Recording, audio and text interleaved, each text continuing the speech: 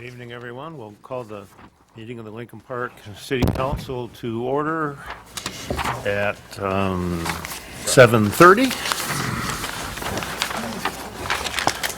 That's okay. All right. I'm sorry, Mr. Call.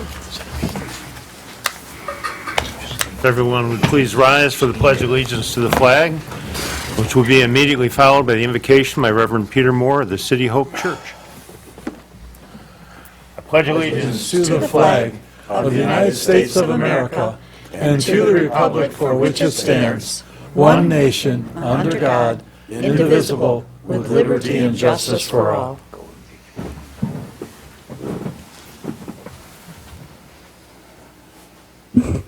So I'll pray. Father, right now we thank you for getting us here safely, Lord. Pray for the citizens of Lincoln Park. Pray for the council, mayor, and their families, Lord. Give them strength.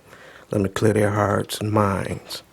They do the best for the citizens of Lincoln Park, Lord. Pray for the fire, the water, everybody's involved in the city of Lincoln Park. In Jesus' name, amen.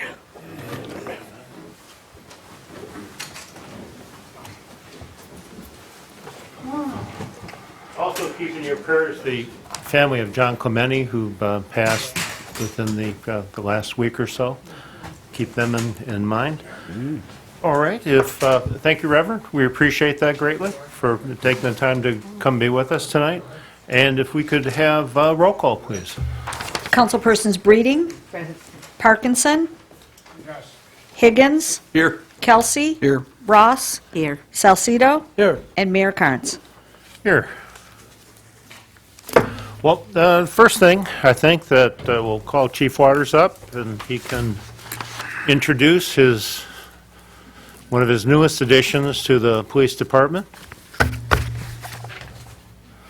Maybe.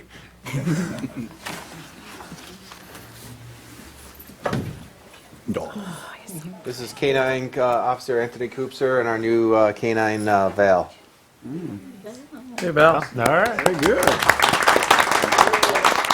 They just completed their trainings. They're certified. They completed last week, correct? Yes. So they're certified to be on the road now to Very good. be out on the streets. And some dogs. And that brings you up to 3?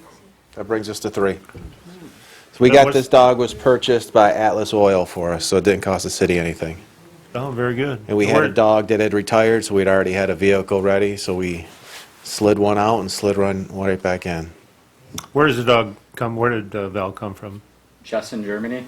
And then went to Al Gills, which is a border down in Ohio. Does he understand German? English. Beautiful dog. Yeah, very nice dog. And how old is he? 16 months now. 16 months? Yep. one, yeah. Still a puppy. Okay. Pretty. Oh, Pretty. handsome. Has he had his first official day of work yet? Yes, he has. He It was has. last week. So, last Friday. So. here, like, sniff us. Got big. No demonstrations, Ed. See which one is hiding the weed. Yeah. No, but I could use them. And what shift is he working, or are you working? Right now, he's on 7A to 7P.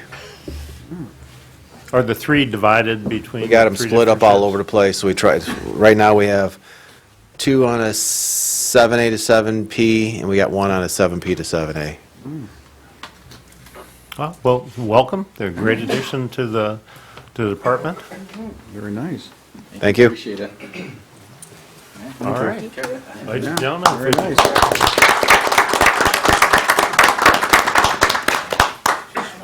Coming after me? That's cool. If you get over it, you're forgiven. Next thing we have is a mayoral reappointment. That would be Patrick Zelnak is hereby reappointed to the Public Safety Commission. His term to expire on 1/1/2025, if you can believe that. 2025.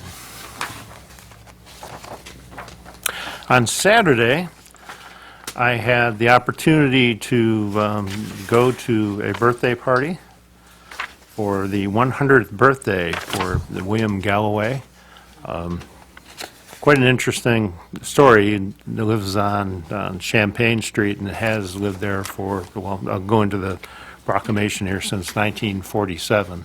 And just the amount of history and things that they have seen, that he has seen in Lincoln Park. But presented this to him and his family on Saturday, but I wanted to share it with all of you.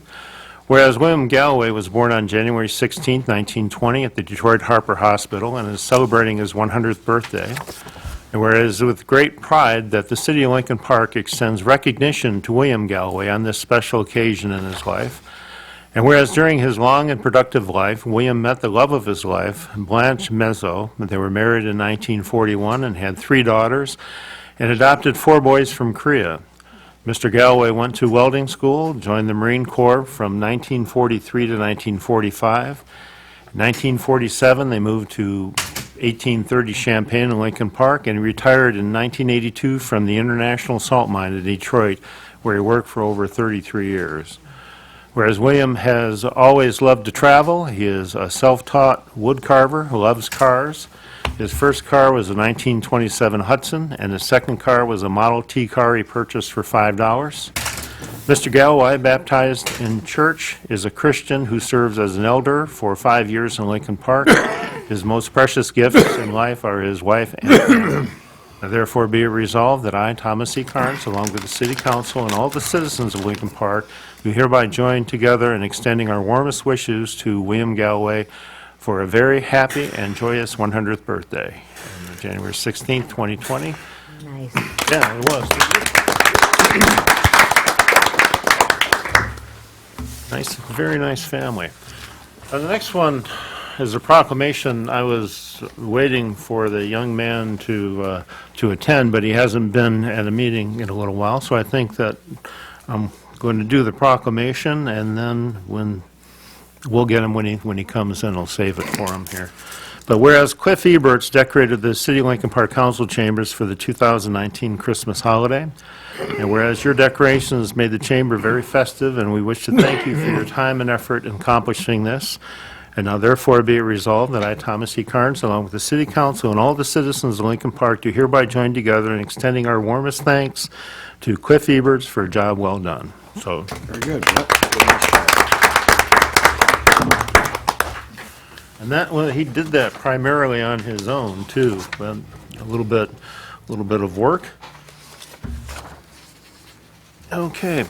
Now, we've had in the last 2 weekends quite an interesting turn of events, from rain on the 11th, where we were inundated with almost 3 inches of rain that was coming through. But I wanted to take this time to, one, thank our DPS for their efforts in going out first and foremost with that. But I want to draw attention also that the team of the emergency manager, Fire Chief Steve Martin, Police Chief Dennis Anderson representing CERT, our city manager who was joining us by phone, Lisa Griggs, and John Kazoo, of course. We're all together working on what our response would be in preparing this on the day before the event came in, and then as things unfolded that day.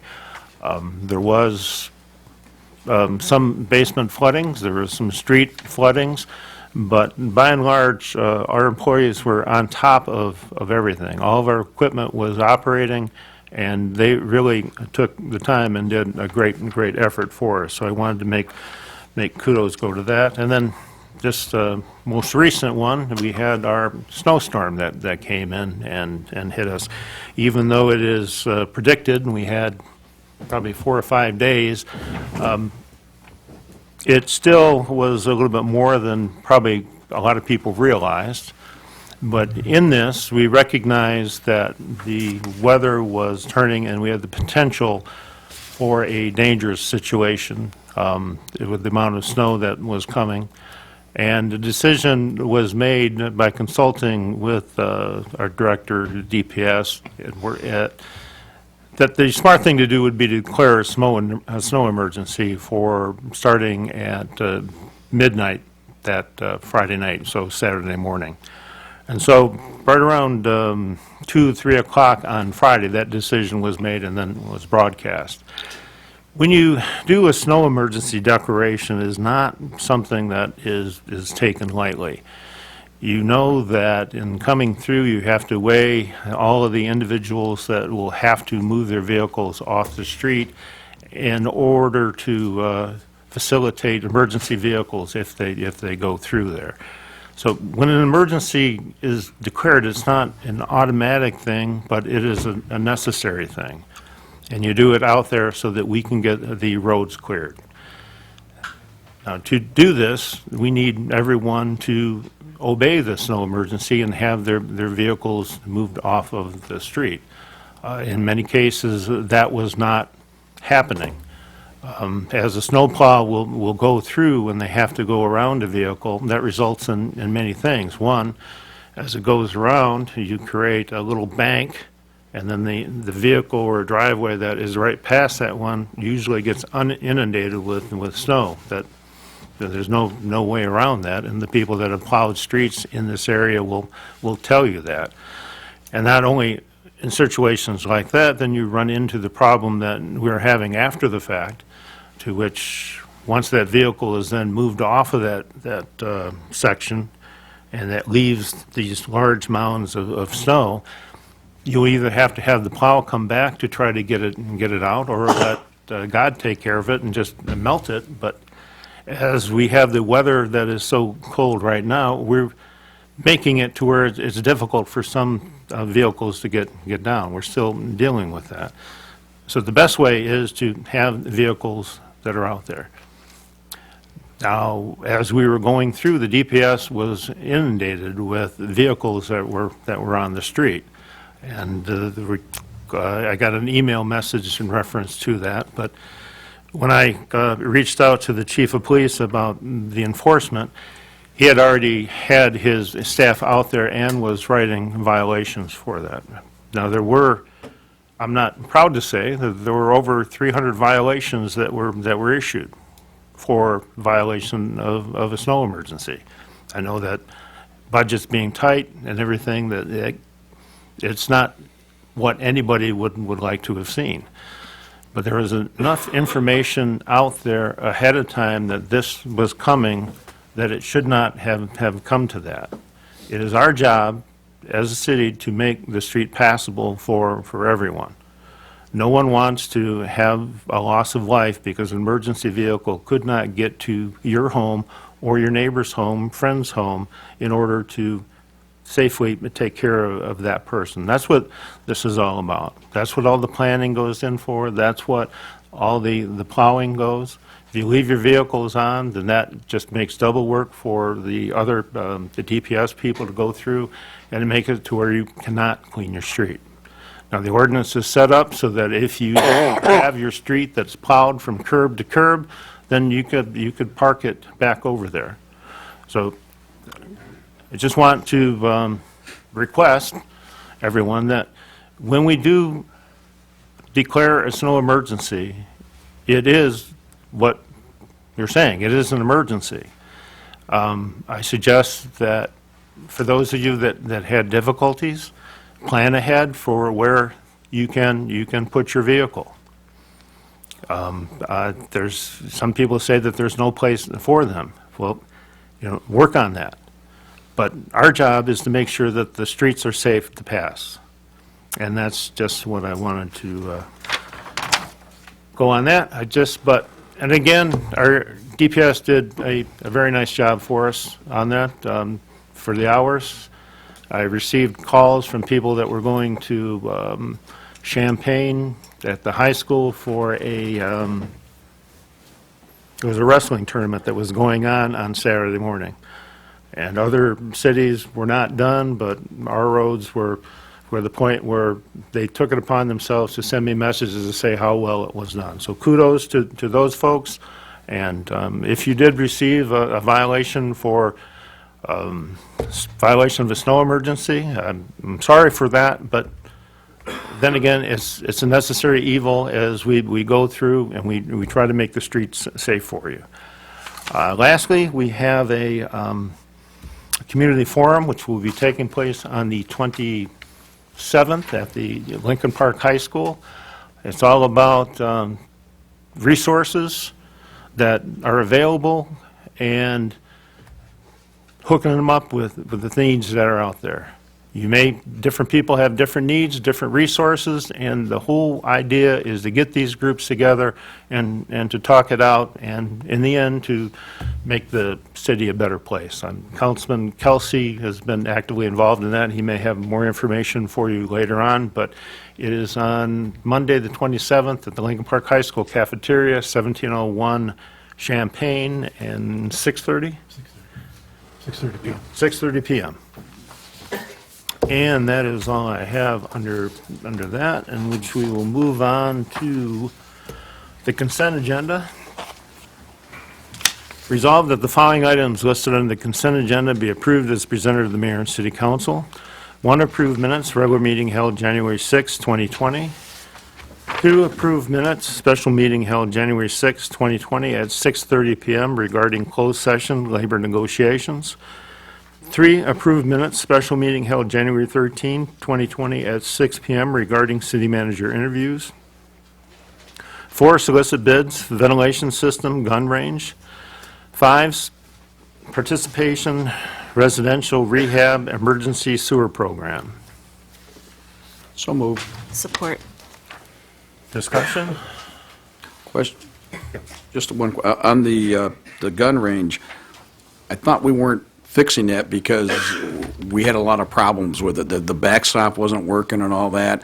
Plus, we were talking about moving that when we did the court. I was just curious, have we changed our plans, or are we temporarily fixing it so we can use it? Well, Because I let's, thought we were going out. That's Let's why. take that out and Oh, then, I'm sorry, yes, you're right, sorry. okay, then Yep. let's take that out. We'll Sorry. put it into the action items. Sorry about that. Oh, that's all right. That's okay.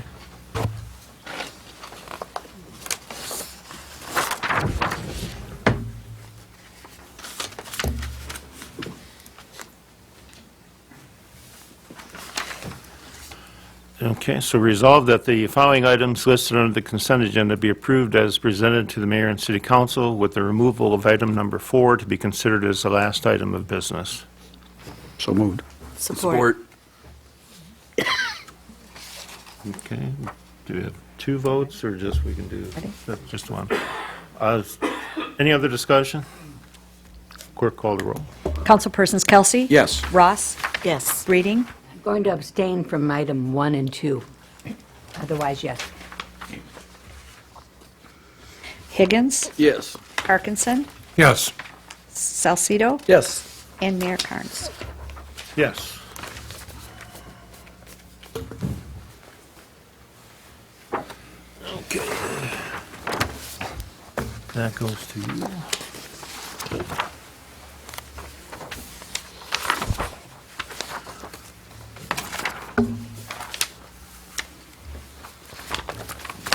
All right. I'll get it going one of these times here.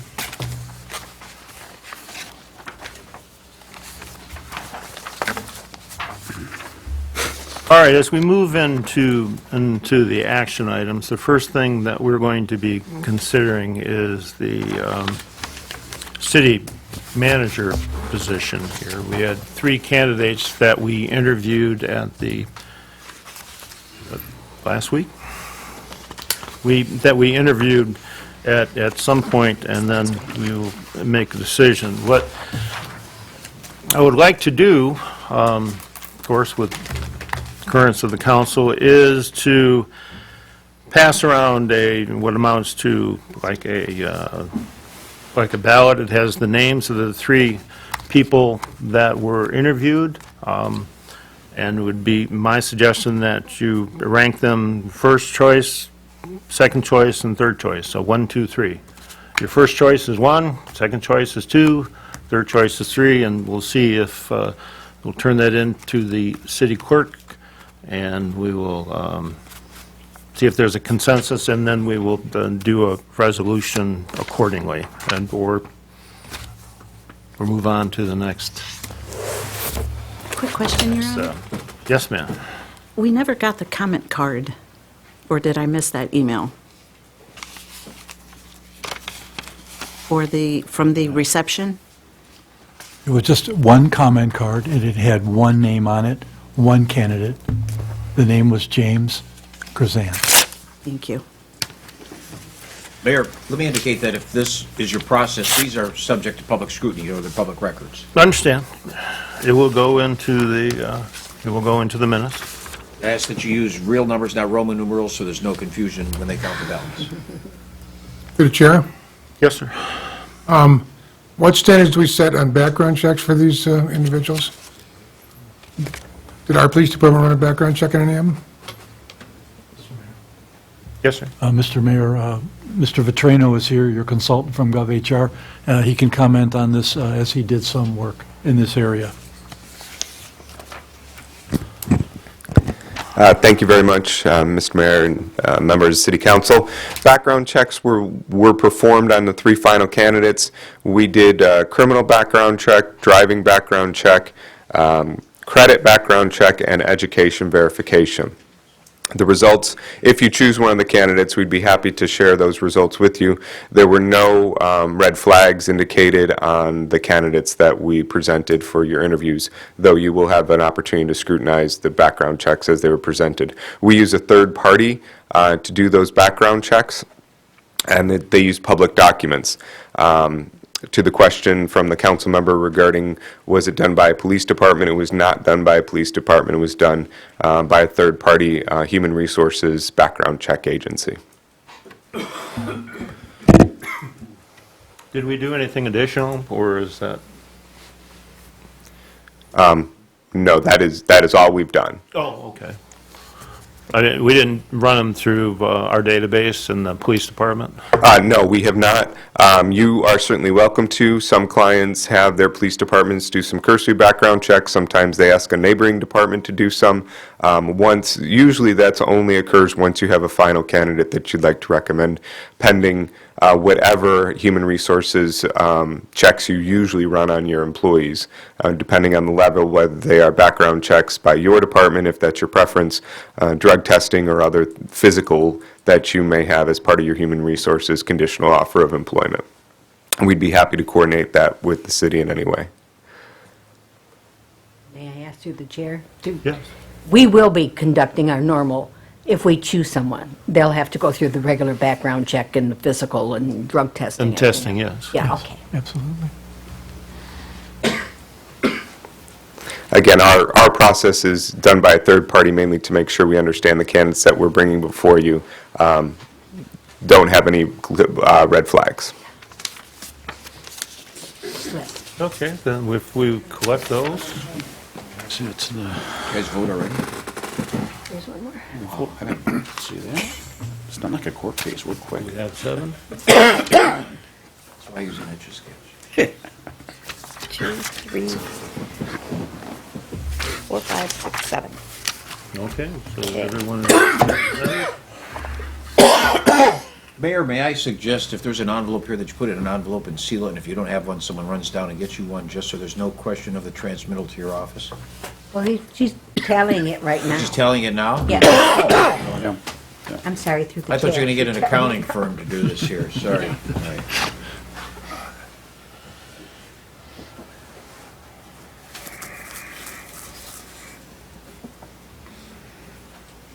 have Jeopardy music playing in the background.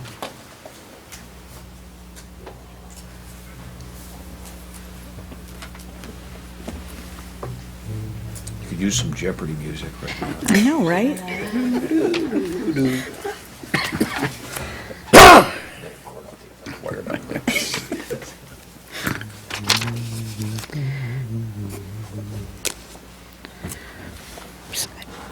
Hole in my paper.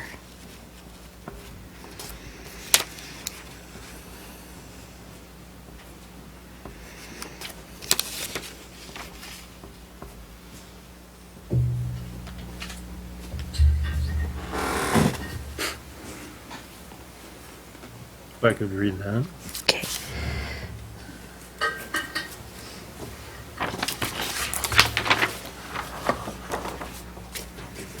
Just who's in front? Or do you want to get the totals too? Well, the What'd you say, by a 4? No, that's not right. Let me do it again. Because they're backwards. Okay, here. We didn't select you, don't worry. Let's try this again. We know.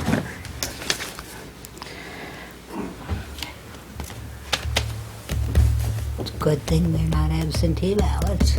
Right. I don't count those. I don't count those. Those get put into a tabulator. A tabulator now? Right. Can we get a tabulator for me? Call somebody in from the absentee ballot department.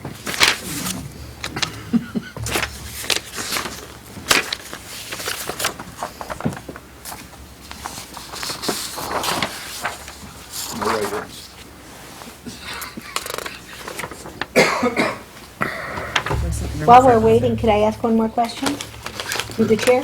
Sure. Depending on what the outcome is, Mike?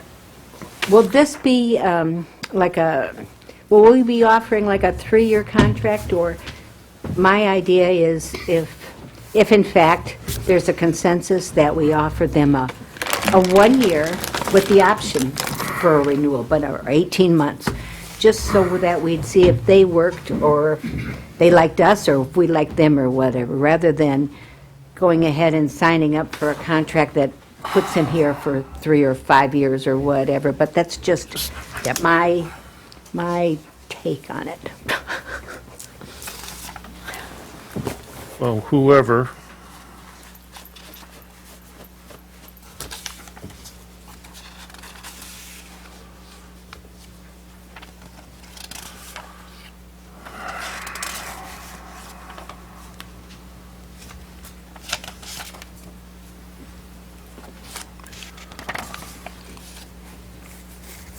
Okay, so what my looking at this, and which coincides with our city clerks, we have the person with the majority with 4 votes is James Christen, and then followed by, well, I won't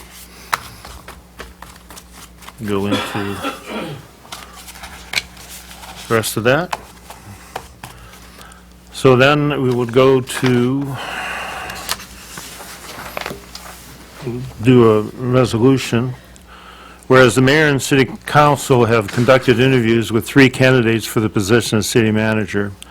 Whereas by concurrence of the council members, James Krizan be offered the position of city manager. Now therefore be it resolved that interim city manager John Zeck be authorized to negotiate and prepare an employment agreement for council approval.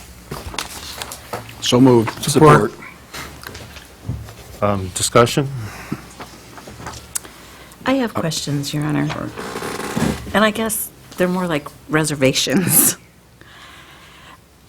Being that, that our candidate is not as experienced, will he be offered some educational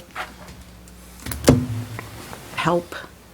Well, I'm sure that he would know, but from the interviews that he spoke, he has been a city manager at a smaller community.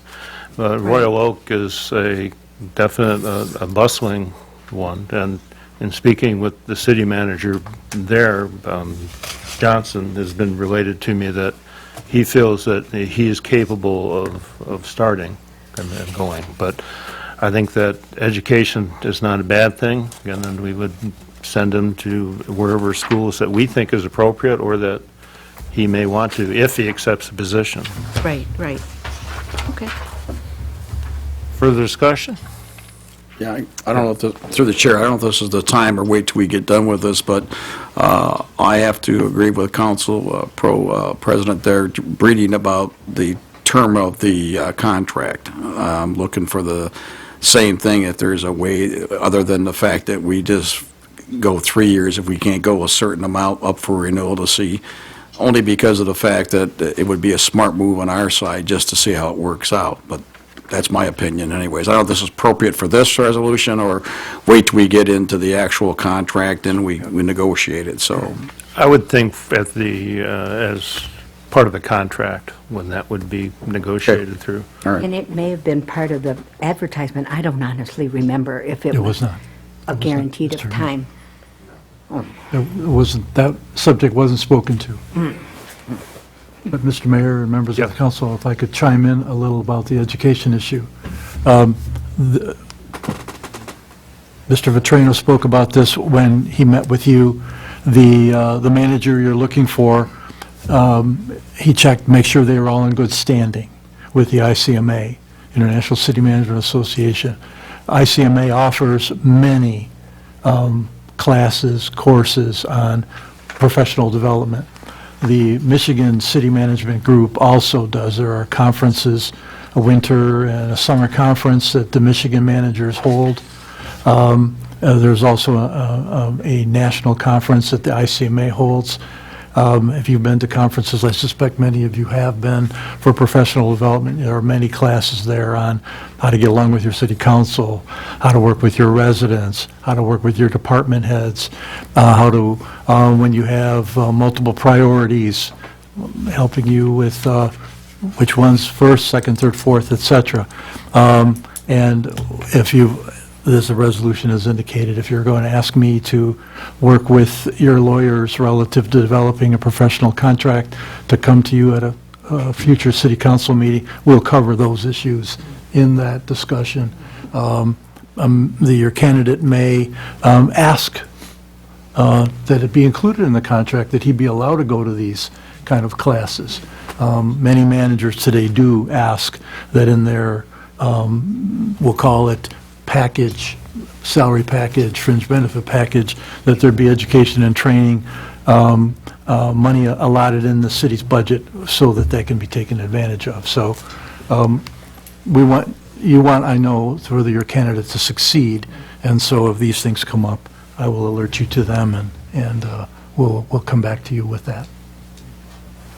Thank Okay. you. Further discussion? Clerk, call the roll. Councilpersons Kelsey, Yes. Parkinson, Yes. Reading, Yes. Higgins, Yes. Ross, Yes. Salcido, Yes. and Mayor Carnes. Yes. Okay. Next action item, we have a cover letter from John Kazoo, Director of Public Services. In background, the 2019 Utility Pavement Repairs Program originally had 70 locations for repair. Construction oversight bid was only for the 70 locations provided originally by the DPS. There were additional 61 locations added to utility repairs list for the year 2019. The additional locations added to the 2019 Utility Pavement Repairs Program caused an increase in construction administration costs. And to go into the resolution here. Resolved, the mayor and city council hereby authorize a change order for the construction administration costs for the 2019 Utility Repairs Program in the amount of $27,394.88. Resolved, the mayor and council authorize the funds to be taken from account number 420-923-983-000, Water and Sewer Capital Improvement. So move. Support. Discussion? Clerk, call the roll. Councilpersons Higgins, Yes. Kelsey, Yes. Reading, Yes. Parkinson, Yes. Ross, Yes. Salcido, Yes. and Mayor Carnes. Yes.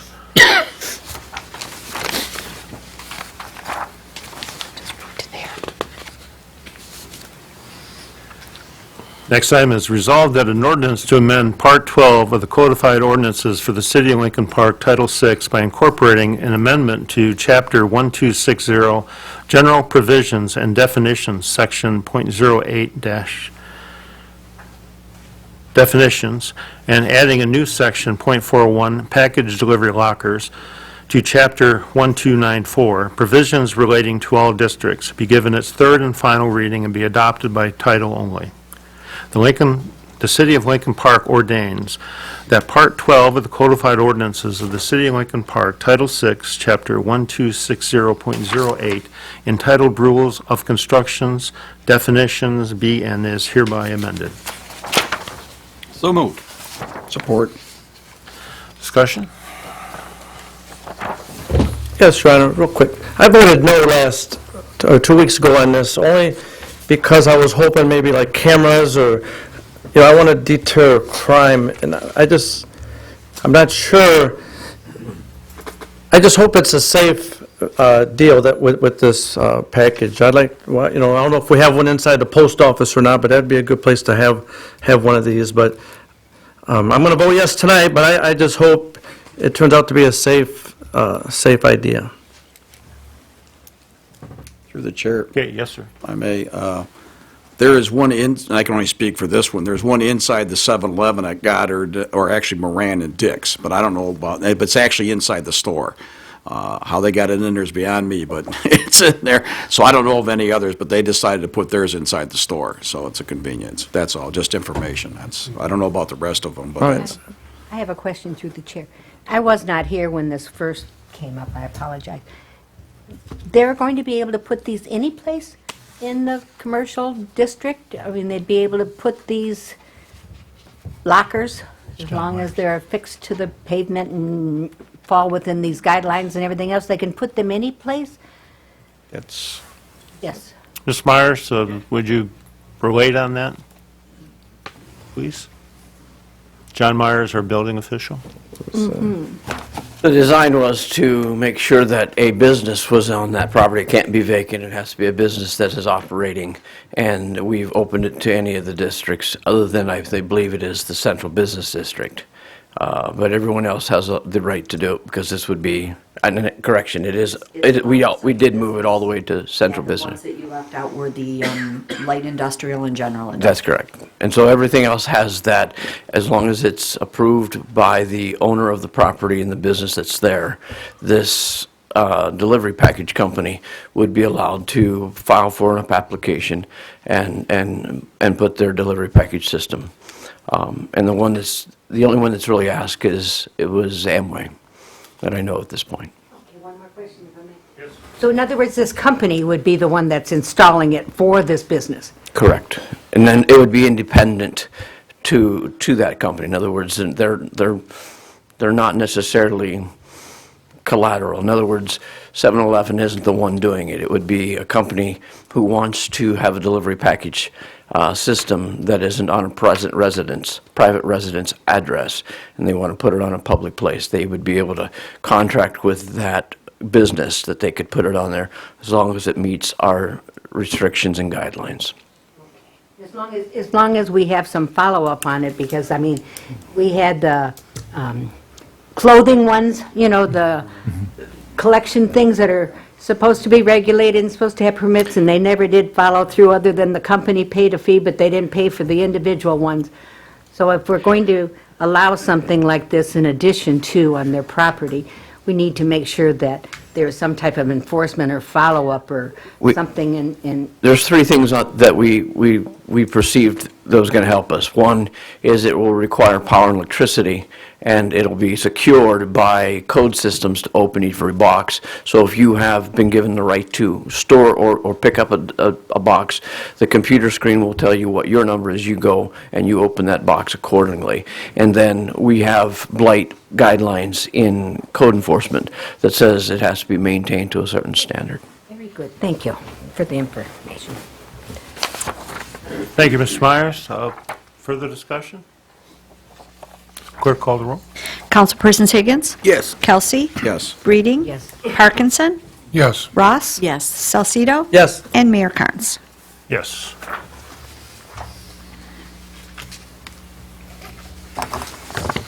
Next item has a cover letter from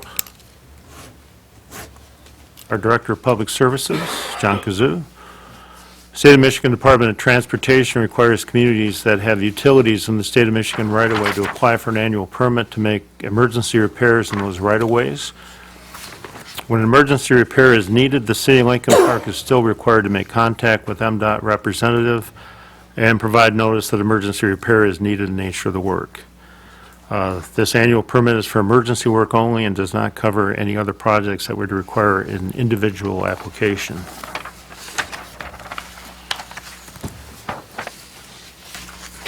So resolved, whereas the City of Lincoln Park, hereinafter referred to as governmental agency, periodically applies to the Michigan Department of Transportation, herein referred to as the Department for Permits, referred to as permits to construct, operate, use, and/or maintain utilities or other facilities, or to conduct other activities on, over, under state highway right-of-way at various locations within or adjacent to its corporate limits. Now therefore, in consideration of the department granting such permit, the governmental agency agrees that, 1, each party to this agreement shall remain responsible for any claim arising out of their own acts and/or omissions during the performance of this agreement as provided by law. This agreement is not intended to increase either party's liability for or immunity from tort claims, nor shall it be interpreted as giving either party hereto a right of indemnification, either by agreement or at law, for claims arising out of the performance of the agreement. 2, if any of the work performed for the governmental agency is performed by a contractor, the governmental agency shall require its contractor to hold harmless and indemnify and defend in litigation the state of Michigan, the department, and their agents and employees arising out of the claims for damages to public or private property and for injuries to persons arising out of the performance of the work, except for claims that result from the sole negligence or willful acts of the department, until the contractor achieves final acceptance of the governmental agency. Failure of the governmental agency to require its contractor to indemnify the department as set forth above shall be considered a breach of its duties to the department. 3, any work performed for the governmental agency by contractor or subcontractor will be solely as a contractor for the governmental agency and not as a contractor or agent of the department. The department shall not be subject to any obligations or liabilities by vendors and contractors of the governmental agency or their subcontractor or any other person not a party to the permit without the department's specific prior written consent and notwithstanding the issuance of the permit. Any claims by any contractor of some contractor will be the sole responsibility of the governmental agency. 4, the governmental agency shall take no unlawful action or conduct which arises either directly or indirectly out of its obligations, responsibilities, and duties under the permit, which results in claims being asserted against or judgments being imposed against the state of Michigan, the Michigan Transportation Commission, the department, and all officers, agents, and employees, therefore, and those contracting governmental bodies performing permit activities for the department, and all officers, agents, and employees thereof pursuant to a maintenance contract. In the event that the same occurs for the purpose of the permit, it will be considered as a breach of the permit, thereby giving the state of Michigan, the department, and/or the Michigan Transportation Commission a right to seek and obtain any necessary relief or remedy, including but not by way of limitation and judgment for monetary damages. 5, the governmental agency will, by its own volition and/or request by the department, promptly restore and/or correct physical or operating damages to any state highway right-of-way resulting from the installation, construction, operation, and/or maintenance of the governmental agency's facilities according to a permit issued by the department.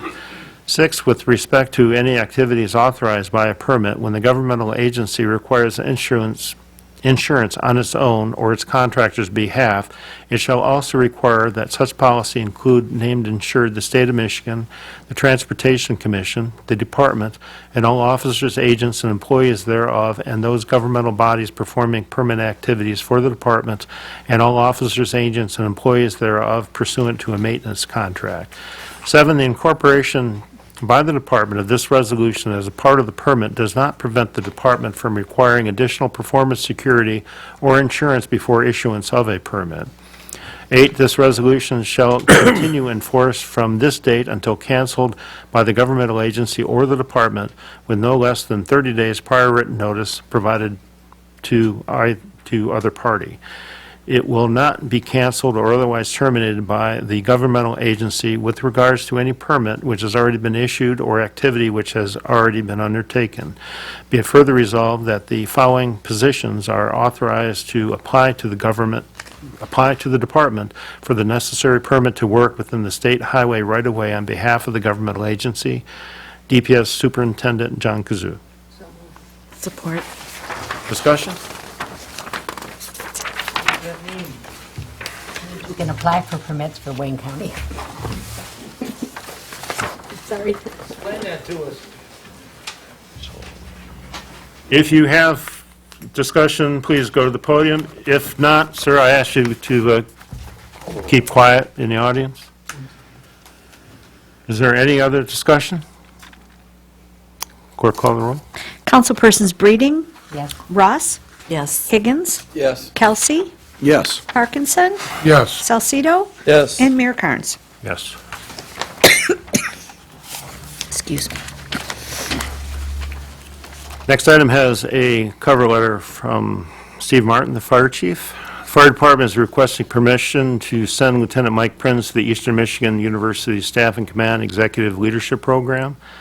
Program runs 1 week per month, beginning February 10th through October 9.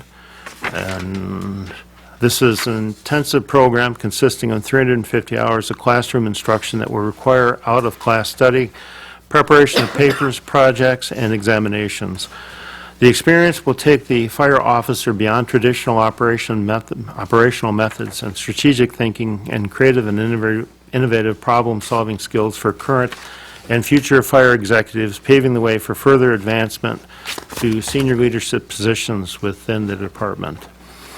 So then resolved that the mayor and council authorize Lieutenant Mike Prinz to attend Eastern Michigan University's Staff and Command Program being held February 10, 2020 through October 9, 2020. A department vehicle may be used to commute to the training location. The cost of the school is $3,250, which will come from the Department of Training account number 101-340-960. So moved. Support. Discussion? Clerk, call the roll, please. Councilperson Salcido. Yes. Higgins. Yes. Breeding, Kelsey, Yes. Parkinson, Yes. Ross, Yes. and Mayor Carnes. Yes.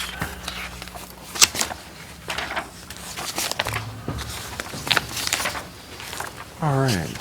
Next item has a cover letter from our Chief of Police, Raymond Waters. The Lincoln Park Police Department is requesting permission to send Lieutenant Steve Lyles, Sergeant Vincent Weir, Sergeant Jeffrey Mueller, and Sergeant Scott Lavis to the FEMA Field Force Operations course. This is a 3-day school that will be held February 19th through February 21st. It will be held at the Center for Domestic Preparedness in Anniston, Alabama. This program will provide the officers with instruction in protest types, actions, legal considerations, responsibilities of mobile field force teams, and crowd control methods. The course culminated with a series of hand-on activities that will allow responders to practice all the learned skills, such as baton holding positions, mass arrest procedures, and riot control formation in a realistic context. It's been over 20 years since Lincoln Park officers have received training with crowd control. In the past, Downriver Mutual Aid would train all the Downriver officers, but this practice has stopped. When our officers' training has been completed, these officers will be certified to train the rest of the departments and other Downriver officers. As a budgetary impact, this class is free. All travel expenses, long trip airfare from Detroit to Atlanta, and transportation from Atlanta to the training facility in Alabama is provided. All lodging and meals are also included. Attending this class will not cause a manpower shortage or overtime.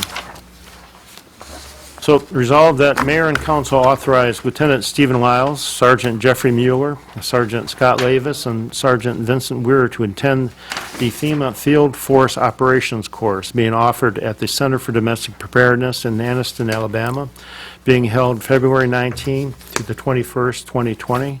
There is no cost for this course. Travel, lodging, and meals are included with the course. So move. Support.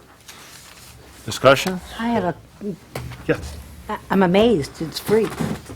Even the airfare is free. Everything is covered. I'm just thrilled for us to be able to qualify to send 4 officers to something that's free.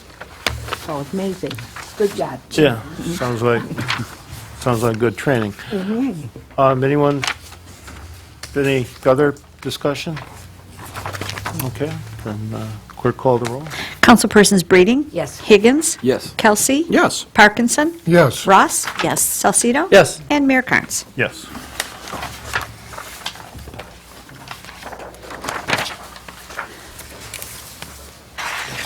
Get to that one. Next item has a cover letter from Doreen Christian, Director of Parks and Recreation. And it has purpose to extend the professional service agreement with the Downriver Community Conference for the position of a senior bus driver. The city and the DCC first entered into an agreement for the provision of a senior bus driver in 2011. Over the past few years, this arrangement has worked well, providing dependable and cost-effective services to our senior residents. So whereas the city and the Downriver Community Conference first entered into an agreement for the provisions of a senior bus driver in 2011, and whereas this arrangement has worked very well, providing dependable, cost-efficient services to our senior residents. Now therefore be it resolved that the mayor and city clerk are hereby authorized and directed to execute the professional service agreement with the Downriver Community Conference for the provision of a senior bus driver. Support. Discussion? I have a question, Your Honor. Yes, ma'am. Can we please add to the resolution for a 2-year term to approve this agreement on, for a 2-year term? I just want the cover letter and the resolution to be uniform. Good catch. There'll be an amendment. Is that okay with the mover and supporter? Yes. As it was your cover letter, is that, okay. It's good with the mover and supporter? It is. Yep. Okay, then we can just go with the original. All right, is there further discussion? All right, clerk, call the roll, please. Councilpersons Breeding? Parkinson? Yes. Higgins? Yes. Kelsey? Yes. Ross? Yes. Salcido? Yes. And Mayor Carnes. Yes. Next, we have the item that was taken or brought down from the consent agenda. Whereas the ventilation system at the Police Department gun range has failed and rendered the facility unusable, and whereas the Police Department wishes to utilize this facility, now therefore be it resolved that the Department of Public Services Director, John Kazoo, be and is hereby authorized to solicit bids to replace the ventilation system for the Police Department gun range. So moved. Support with a question? Okay, I mean, we had Councilman Kelsey, but go ahead. Do you have any idea how much this ventilation system is going to cost? I agree, it would be nice to have our gun range back, because I was down there shooting when I was worked there, and you do definitely need a ventilation system. We have John Kazoo, our DPS Director. Mayor and council, pricing out what is there to make and provide the system that is presently there back in functioning condition, I'm estimating $14,000 to $15,000. To replace it with new, including AC, $78,000 to $80,000. My recommendation would be to put it out for bid to get what is presently there back in operation. I agree. That way, the police department can utilize it. Got a question through the, sorry. Okay, go ahead, sir. sorry, And then the city manager will go. I was just going to comment, it was asked earlier, had conversation with not only Mr. Kazoo relative to this matter, but with the police chief. As you know, we've had a couple of new officers come on board. They've had to do their gun range exercise at another range. It's going to be perhaps a while before maybe there will be a new police building. And as pointed out, the police would like to do their shooting at their own building. And it's, as Mr. Kazoo has pointed out, this would be well-spent money to get at least operational and to take bids in this regard. So I asked for this to come forward for your consideration. Now, the police department has to do yearly qualifications or bi-yearly qualifications at the Taylor range so that they can use duty ammunition, right? That's correct. So what we're talking about is for the monthly shoots or monthly training things that take place. So you wouldn't have to go out to Taylor every month in order to get this up. That's correct. Okay. So when we had our new officer Goldsmith came in, we borrowed Wyandott's range, but that's not going to be something we're going to be able to do all the time without paying to rent someone else's range. Okay. Councilman Kelsey? Yeah, just a question, because I had a chance to tour the thing. Isn't there the backstop still messed up, Chief, where it ricochets? Because that was one of the other We're reasons. using different ammo Okay. the best we can. 'Cause So I know- our biggest concern right now is the ventilation. We can't shoot. It's like a cloud of smoke. The whole thing fills up with lead. Because the question I had is that there was also an asbestos problem, wasn't there, down there when they looked at it? Because I thought when Matt was here, they looked down, and I think DPS went over there, but it was a... That was all fixed. Okay, all right, because, you know, in a couple of years, we're going to be out of that building, hopefully, or whatever, and I'm just looking at throwing good money at a nice place where I'm not going to be there, and I'm not, you know, is it cheaper just to go someplace and pay them a rent to do it compared to redoing? Because I'm just asking for the fact that we know that the building maybe will not be there in a couple of years. And that's all I'm saying, because, you know, if we put that money into it, we're not going to get it out of it. I mean, depending on what we do with the building. That was my only comment. It doesn't cost anything to solicit bids, so we can see what comes Okay. in and whether, and Okay. we'll make the choice and what is the best bet with that. Question But the, Question to the chair. we're talking about with the asbestos, and the major contaminant that was in the range was lead from all those years. They did a complete strip down, I think it was 12 years ago, and abated all of the issues, and then put it like a cellulose product over the top of it. So I don't think that there are any current health concerns other than the smoke. I have a question But, through yeah, the chair. okay, you, and then who is next? I had a question to the chair. Okay, go ahead. The contract we currently have with Taylor, I mean, we still have that contract that goes way back when. It doesn't cover for these monthly things? No, it's just twice a year. Okay, I knew we had Once in a the contract fall and once in the year. spring. Okay, thank you. My question would be, how much would it cost for the contract for 12, for the monthly? What I would like to see is before it comes back up to where we approved paying for this, a cost comparison between fixing this and going to another gun range. Okay, when you do that and look at those costs, you'll have to do transportation costs and then the time of that the officers would be out of service too, which will add up. But is that something that can be done? Absolutely. Okay. Through the chair. Yes, sir. I agree. The time that the officers take off to go do this training, this $14,000 is money well spent. Because not only are they going to do it, the regular police officers go down there once a month and practice if they want. That's something they don't have now. So and who knows if this court and police station going to go through. It might be 10 years from now. So I think That we need is to get it correct. fixed now. Just through the chair, Yes, sir. I guess with the chief. When's the last time that we used that range down there? About a year ago, a a little year over a ago? year ago, yeah. Okay. All right, It thank was you. slowly declining. Going down the And now other it's to the point that it's not safe to use anymore, All right. the ventilation. Thank you.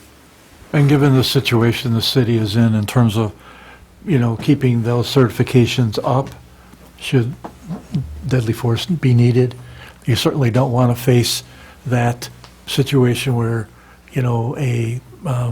lawsuits can be brought against the city because we weren't properly certified and up to standards. And that was part of what I was thinking in terms of getting the city into a better situation for the future.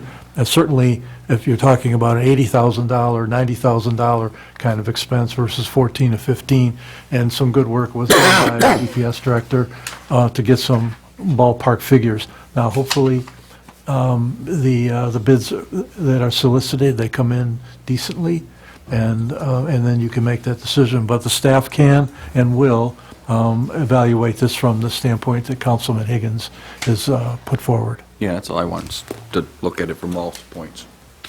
Okay, further discussion? Clerk, call the roll. Councilpersons Kelsey? Yes. Ross? Yes. Breeding? Yes. Higgins? Yes. Parkinson? Yes. Salcido? Yes. And Mayor Carnes. Yes.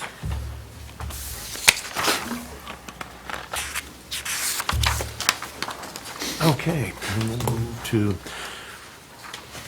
resolve that accounts and claims payable for those items greater than $25,000 be approved as follows. Downriver Utility Wastewater Authority, November 2019 sewage user fee, $119,647.55. DTE, and this item has had the check released due to due date. December 2019 electric, gas, streetlights, and December 2019 electric/gas, $82,535.30. GFL Environmental USA, December 2019 DPS dumpster and Jan 2020 residential collection, $192,516.64. Great Lakes Water Authority, November 2019 water, $197,287.18. Hennessy Engineers Incorporated, lead and copper sampling, downriver sewer system, railroad crossing, grant engineering, review, general consulting, SRF rehab, MDEQ annual stormwater report, SAW grant, water main replacements under I-75, road bond reconstruction, road bond asphalt resurfacing, dog shelter building, addition bridge inspections, building addition, sorry, and then bridge inspections, 24-inch emergency water main repair, CDBG sanitary sewer lining, $181,615.07. Jan door, emergency exit door replacement at community center, $32,240. Kerr Pump and Supply Incorporated, R&R 7 valves and actuators at retention basin, $96,782. McKenna Associates, December 2019 building service permits, $52,075.80. MERS, and this check also was released due to due date, December 2019 defined benefit, $201,565.93.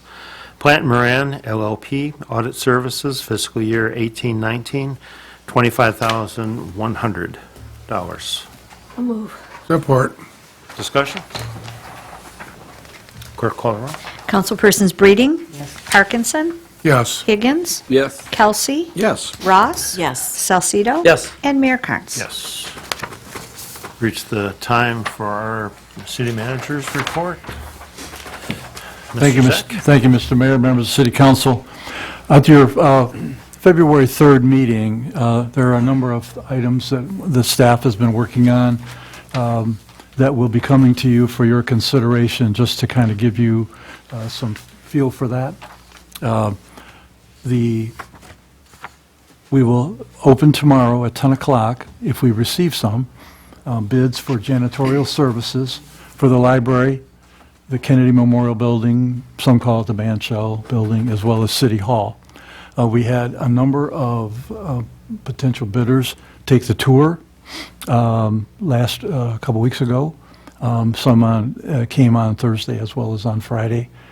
We had a number of people through the Mitten program pull the specs off, and then, as I said, there were about 10 representatives that came on the first day to take the tour of the three buildings, and then the second day there were either 9 or 10 more that came. So we're optimistic that we'll see some bids, and we'll be going through them, and hopefully we can bring something to you on the 3rd. If not, it would be at your second meeting in February.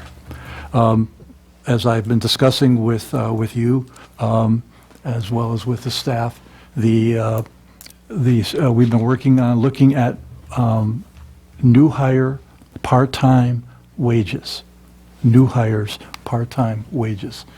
We have also been looking at existing part-time wages, and we'll be bringing a proposal to you on February 3rd relative to those. There will be some cost impact, and in discussing this with the staff, they've indicated that this is the sort of thing that I should get your review and approval.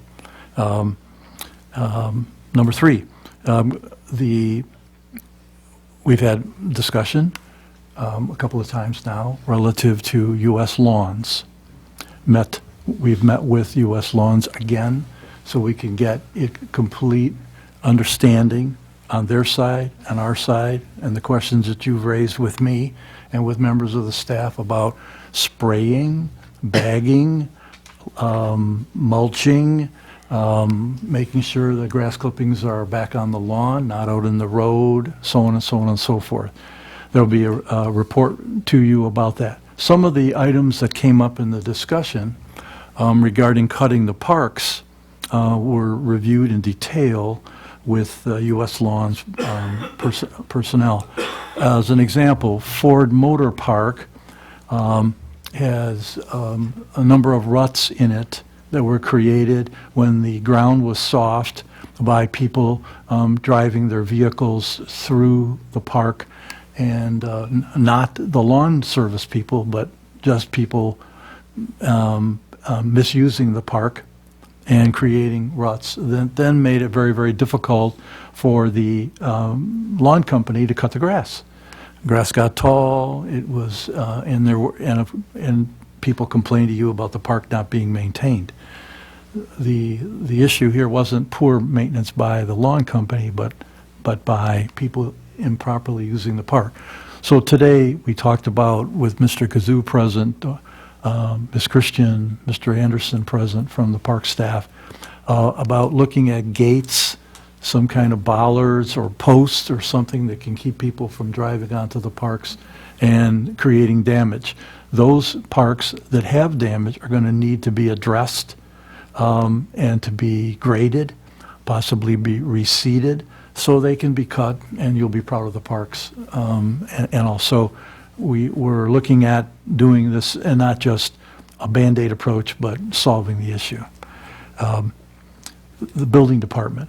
We will be bringing forward a proposal to you at your February 3rd meeting relative to bringing the building department back into what I'll call City Hall operation.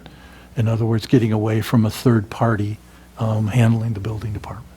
It's taking some time to think about this from the various aspects. Of course, costs being primarily, but the employees that would be hired by the city, if you approve this, would have to go into some bargaining unit, and what would be the proper thing to do in terms of what bargaining unit would they be brought into.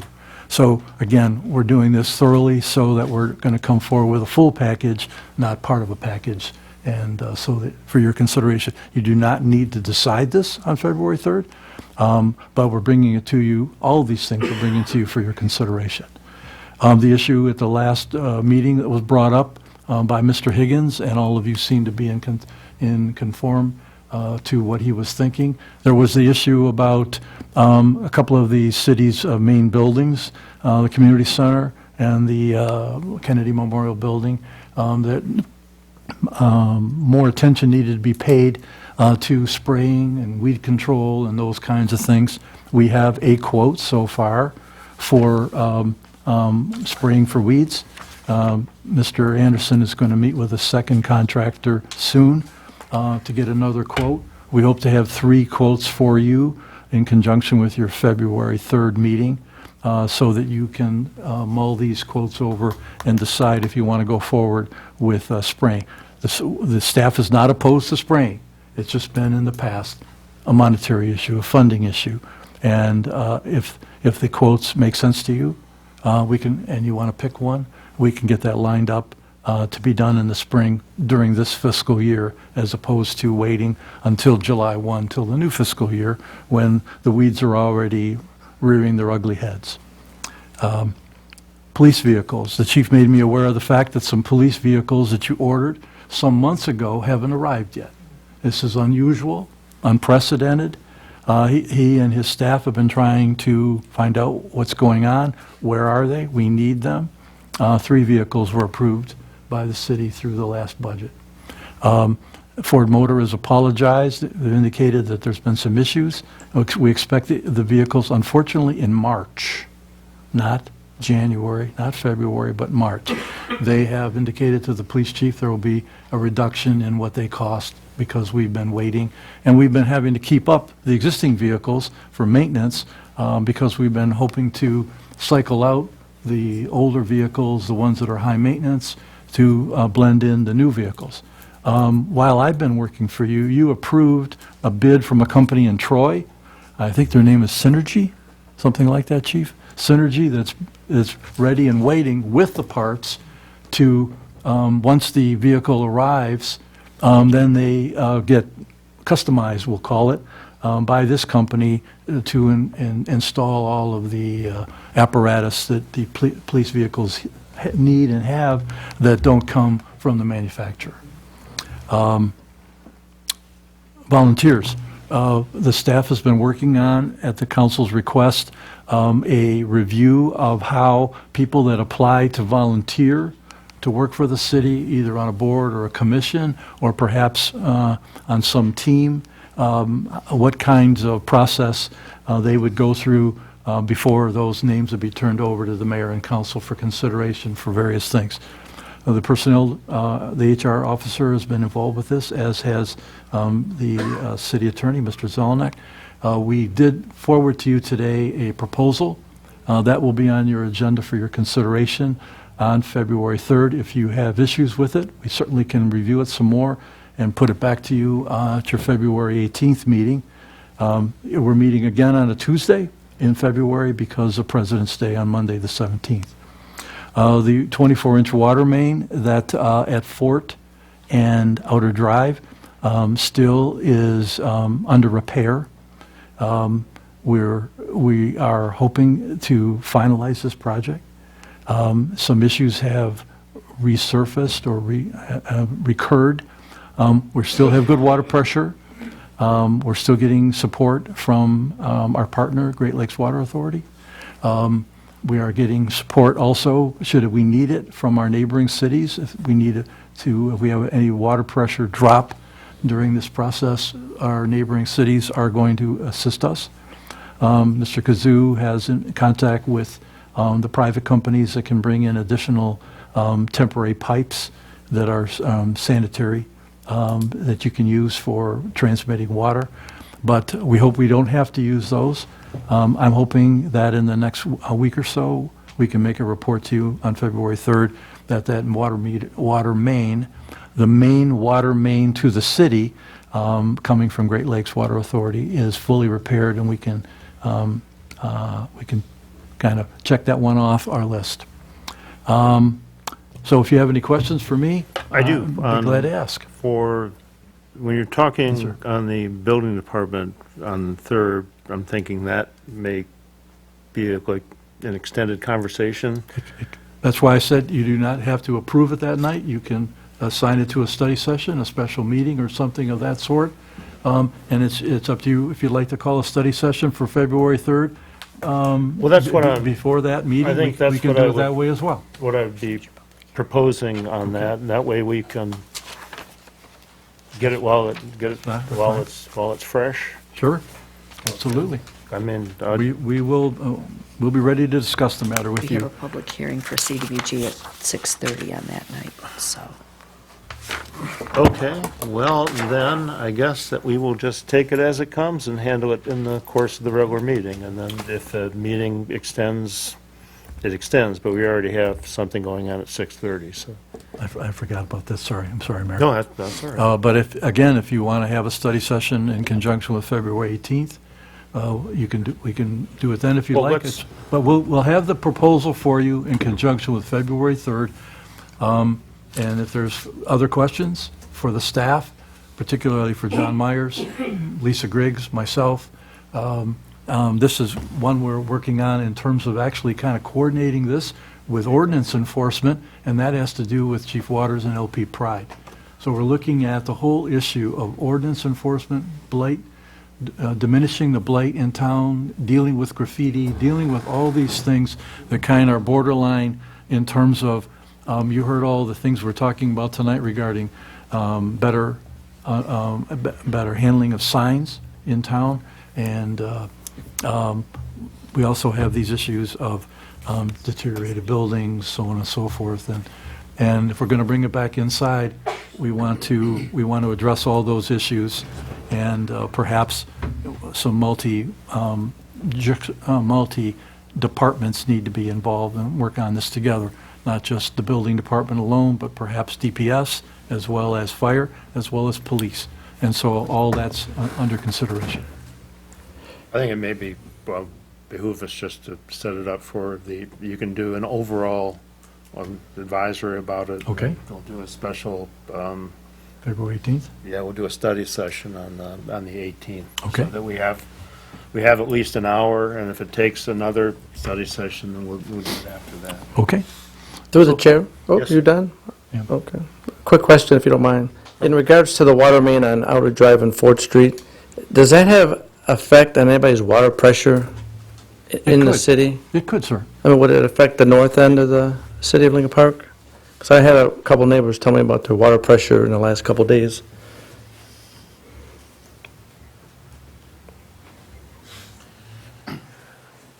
Mayor and Council, let me back up The south side. a little bit for your notification. The initial repair that took place, they went through the process, what they call the BACT test or bacteriological testing, came back passing, which was in our favor. They did the repair, and it went through the water pressure testing. It passed.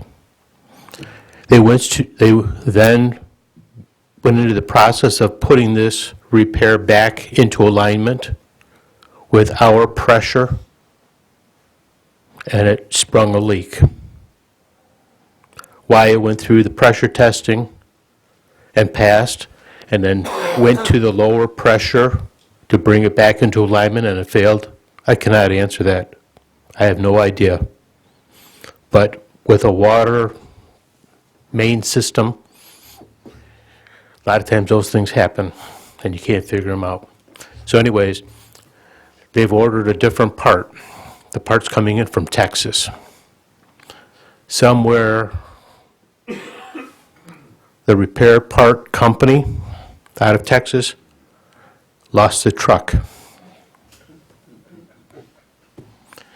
They were able to get the delivery today, and they're hoping to be back out tomorrow. But to go back to your question, my office, and I haven't heard anything from any of the other city offices of any lost water pressure, or residual lost water pressure. This is the first I've heard anything of that. Our other two connections have kept up, and actually they're doing phenomenal. Thank you very much.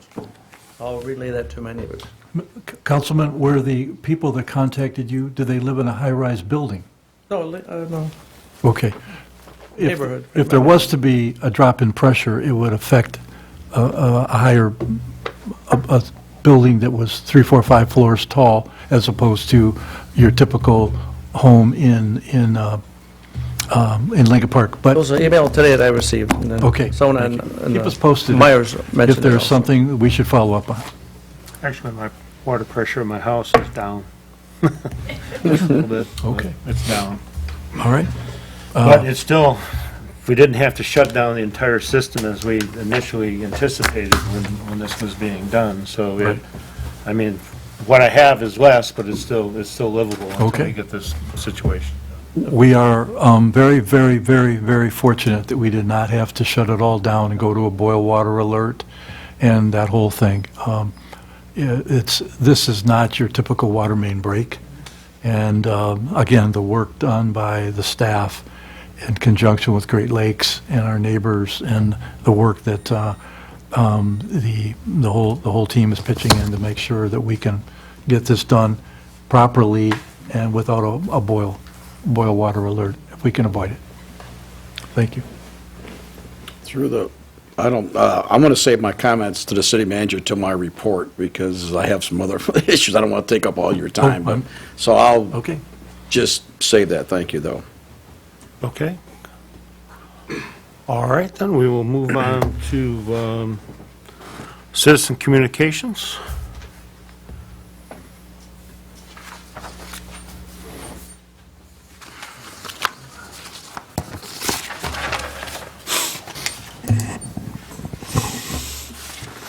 Was there going to be a department head report? No, it was the EDC and the DDA, and director position is vacant at this time, so citizen communications is next. Got it. Okay, Chris Tarzinski. Bill Morrison, Lincoln Park, born and raised. And he is an artist, illustrator, did a lot of work with Disney in the 80s and 90s. He's a, I know he had a display at the museum there for a while. The Downriver Comic and Collector Show, June 6th and 7th, Hands of the City. We have finally got him as a guest. It took 4 years to coordinate the schedules, but we're glad to have him. And he's coming, and he's not charging us, which is a big thing for a celebrity of his caliber. So, Bill Morrison, this is reason enough to attend the Downriver Comic and Collector Show. Also, he will be signing items that you bring him, and he will sign them for free. Again, this is very rare and very generous of him, and we all need to thank him profusely. So, pretty interesting guy. He also did work with for The Simpsons. I think going all the way back to when that was like a Tracy Ullman sketch or something. So, going to be really great to have him at the Downriver Comic and Collector Show, June 6th and 7th at the high school. More details to follow, and obviously you've probably seen the promotional flyer out on Facebook already. Let's see, the All-Day Jam, March 28th. We need raffle baskets. I'd like to have 150 raffle baskets, so we hit this one out at the park and go and continue to raise money for the John D. Dingle Memorial Day Parade. I started attending city council meetings in 2008. I used to watch them on TV, and I was, as an economics guy, I should start off by saying, like I have many times before, I am not a professional financial advisor. Do your own research. I am an economics person, so I look at these things differently. There's a big difference between being a financial advisor and being an economics person. So in 2008, I started attending these meetings because I knew the pension funds were in trouble, and I was just looking at them economically. I also knew the economy was in trouble, so I didn't know it was going to be as bad as it was. I don't think anybody did, especially when Ben Bernanke and Hank Paulson were marching up to Capitol Hill to scare the heck out of Congress, but separate story. So I started attending these meetings, and I wanted to try to get to know the then mayor and council on a personal level and see if I could just help out, since I had a good idea of the investment strategies that needed to be implemented. And as everybody knows, I have worked this issue time and time again from different aspects. Unfortunately, my advice has not been well received. That's the breaks of life. But there's a price to pay for that, and it's a big price. Over the last few months, I've been thinking about the last 12 years and thought that I should review my own work. And I got that from an economist who is a lot smarter than me. So I started reviewing the investment strategies that I would have put forth in 2008, 2009, 2011, the big ones that I put forth in 2012, and the recent ones when I had my 3 town halls on the police and fire pension portfolios. Of course, the first problem is that the municipal employees are under MERS, which has gone from 19 to 23% in 3 years. That's atrocious. I could put 10 investments on a dartboard and do better than that. I'm not, and then I'm being deadly serious. So our police and fire pension funds are at 27%. So first I looked at 2012 to 2019 and handicapped, throwing out my best investment recommendations and going with just the mid-level ones, and then basing all of that against an index fund. I could get really technical about this stuff, trust me. And I'm not trying to sound smart or anything. I know this stuff. I've worked in international trade for 31 years. I know how this stuff works. So from 2012 to 2019, handicapping myself, You have 15 seconds, so you need to... I guess I'll have to pick this up at the next meeting. Thank you.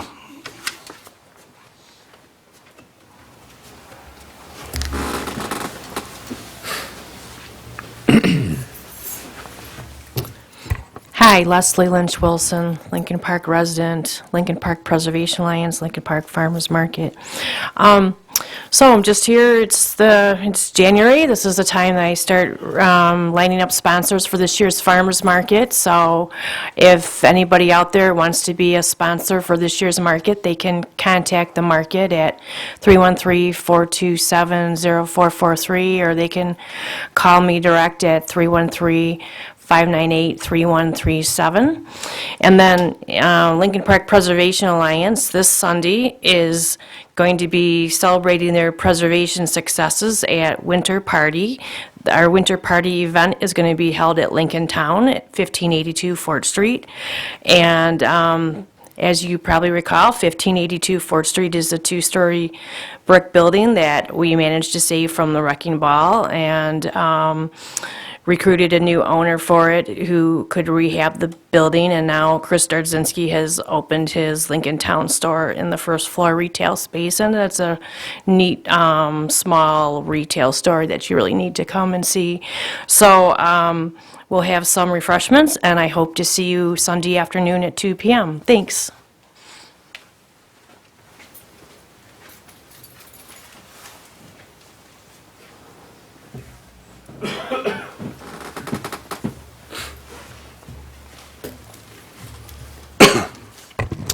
Sean Stansberry.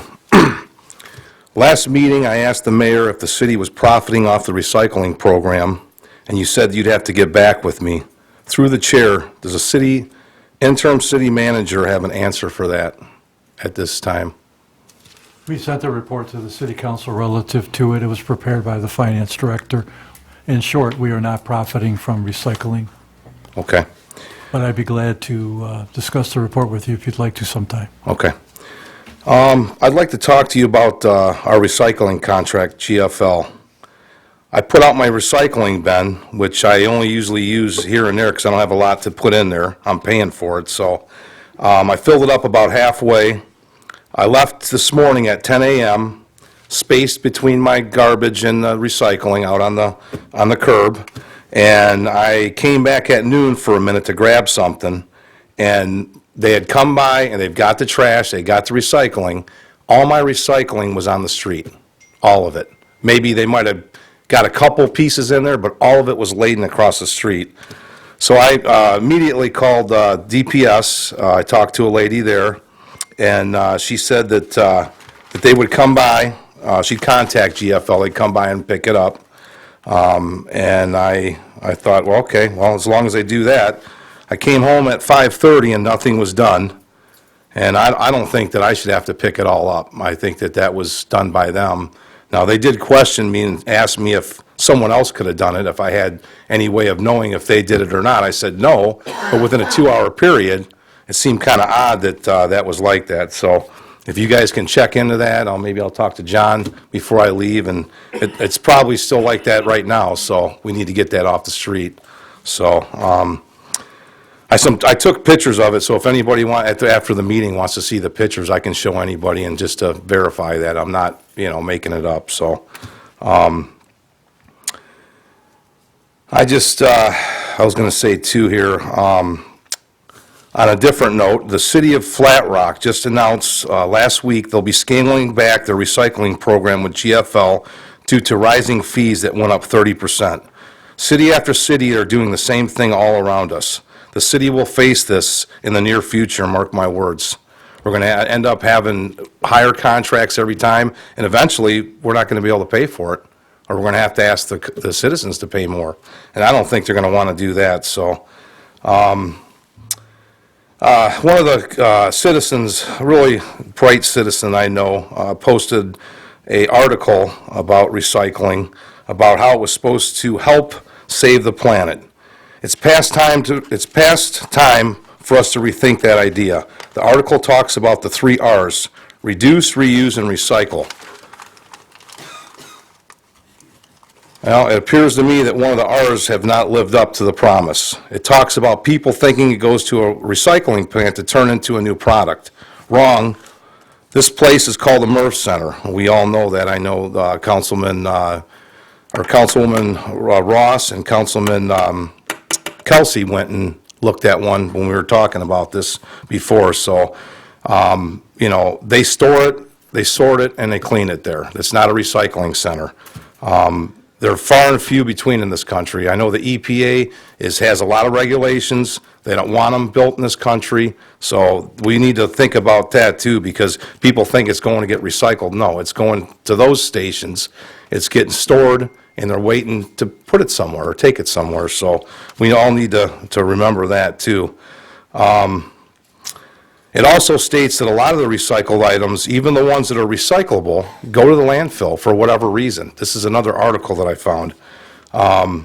Some of the stuff goes to Vietnam and Cambodia, but they're finding out Greenpeace and some of these organizations are finding out that they don't have the means to recycle there, and they're dumping it right in the ocean. So a lot of that stuff's going right in the ocean, and obviously China is not taking anything anymore. So they're out of the picture. So I just hope we can look at that and down in the future. The other problem is the manpower it takes to sort and clean all this stuff. That's a big problem. Why they're actually GFL and all these companies are raising the rate. That's one of the main problems. Is they're getting this stuff in, they have to clean it, sort it, and do all this stuff, and that's a major problem. So real quick, water pressure. I know we've been talking about that tonight. I work at a building. It's time, sir. Okay, all right, I'll talk about it next meeting. Thanks.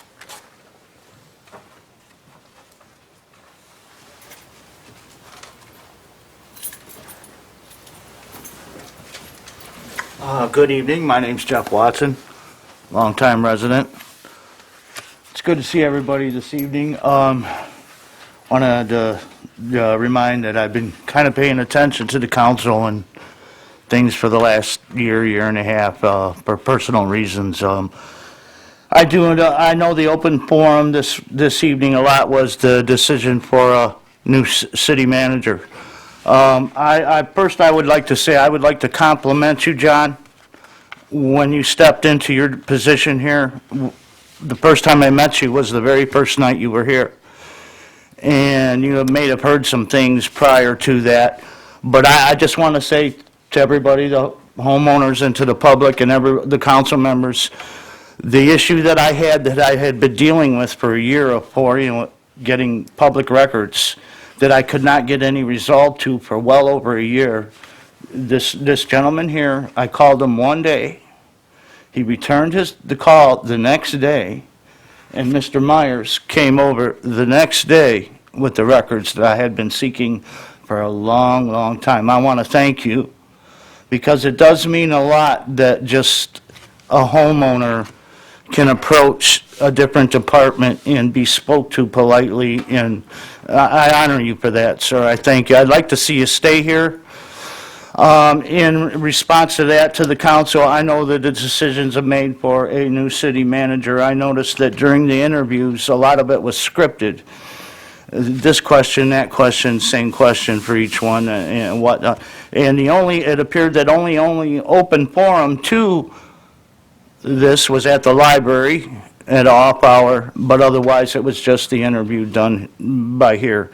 None of the questions that plagues this city, we're not learning any lessons from the last management in the last 4 years or so of what has plagued this city. None of these issues were brought up to the new manager, possibly the new manager, and how he would deal with these things specifically, because they're going to bite us in the butt again. And it's all ended up in just lawsuits after lawsuits, and we just don't need that anymore. And I do know that it is, thank you, John, I appreciate that. It is an election year, folks, is that correct? Okay. So there's a lot of things at hand in this city. I mean, it's not an easy to run the city. There's a lot of things, but we just seen a graph not too long ago at the meeting that the tax burden is on the homeowners, okay? So they need to have a little bit more consideration when they come up with ideas like Chris. He got cut off. Sean, he's wanting an extra couple of minutes to talk about very important issues. The only response is, well, they don't do it in other cities. Well, we're not other cities. We're a community that need to work together and understand each other.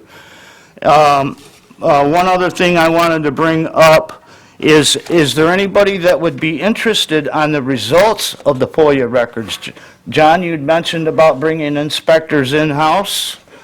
There must have been a reason. There must be some reasons why you want to bring McKenna out of here and bring it in-house. I'd like to talk to you in a private meeting before you, I wanted to catch it before you left your position. I might have some information that could help you in understanding. I don't know the personal things, but you brought it up that it might be a good idea. I agree with you 100%, so there can be accountability.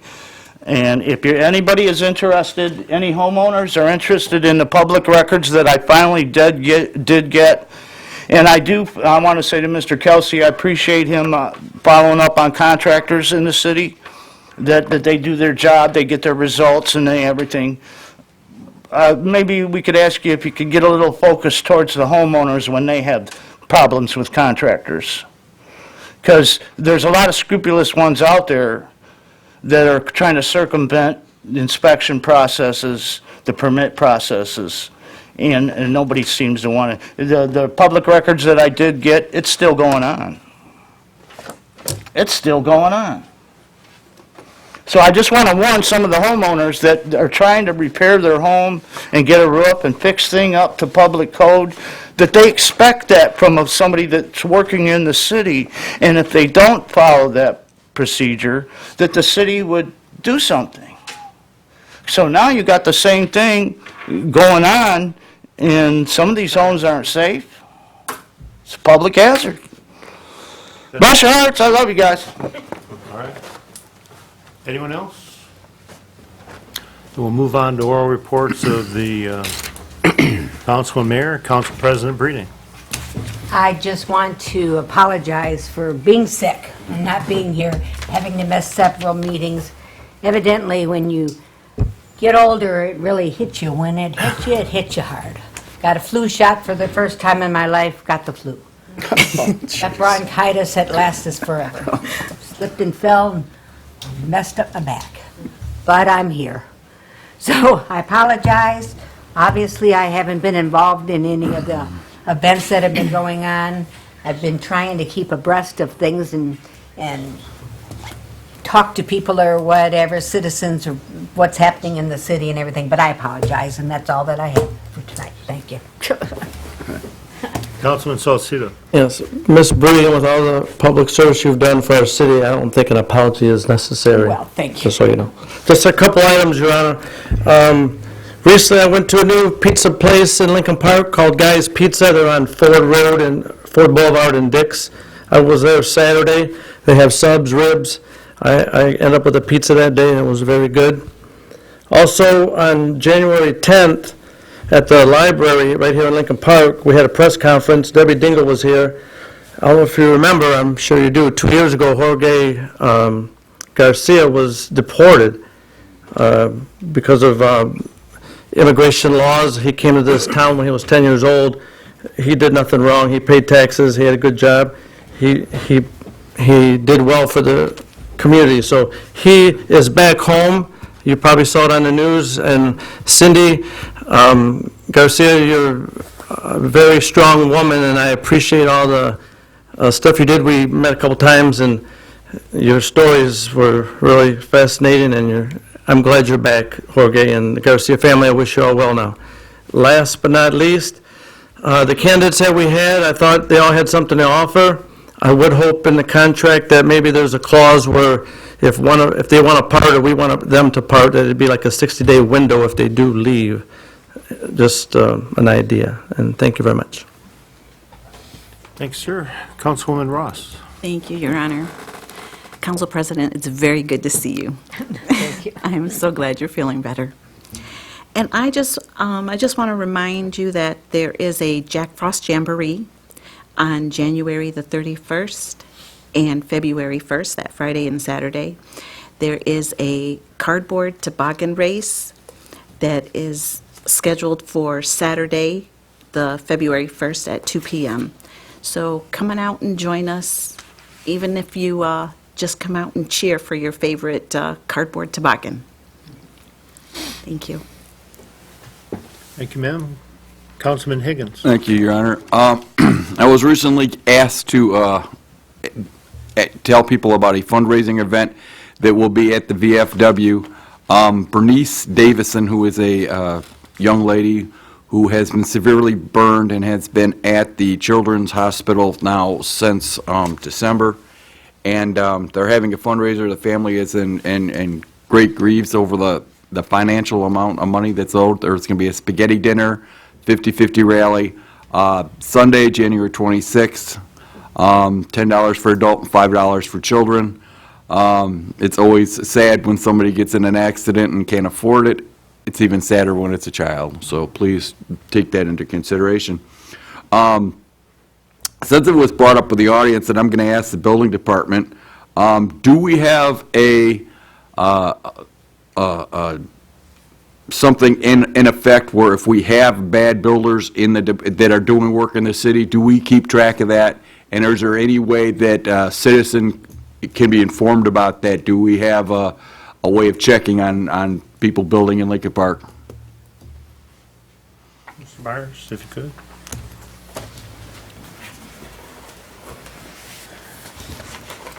We don't have the ability to legally